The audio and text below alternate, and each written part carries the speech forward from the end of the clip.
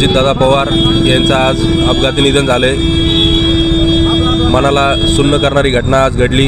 एक काळा दिवस या महाराष्ट्र राज्यासाठी, भारतासाठी व सर्व समाजातील सर्वच समाज घटकांसाठी हा काळा दिवस ठरलेला आहे.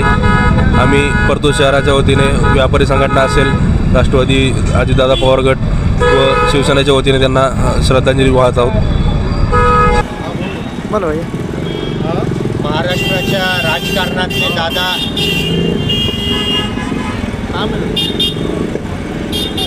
आज दादांचं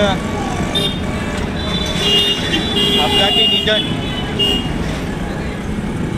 त्यांच्या जन्मभूमीत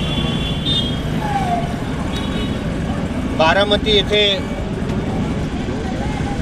झाले आहे. आज खऱ्या अर्थानं महाराष्ट्र हा मोरका झालाय.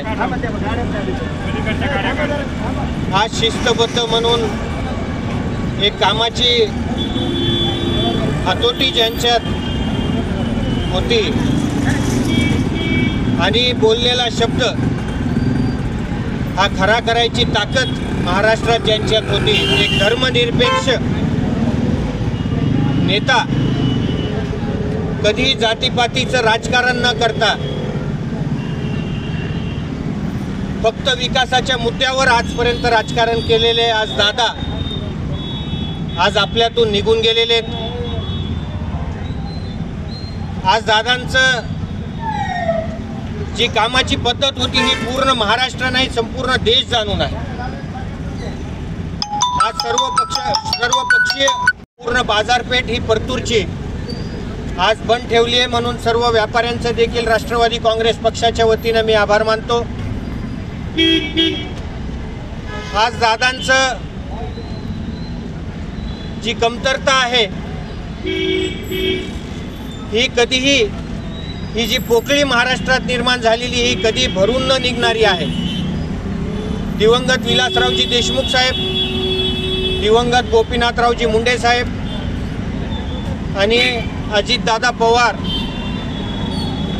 यांचं संपूर्ण हयात यांनी लोकसेवेत त्यांनी त्यांची अर्पण केली. आज 40-40, 50-50 वर्ष राजकारणात राहून लोकांची सेवा केली. अतिशय वेळेची शिस्त पाळणारा नेता म्हणून अजितदादांची ओळख होती. सकाळी 6 वाजल्यापासून त्यांची दिनचर्या सुरू व्हायची जे रात्री 11 वाजेपर्यंत.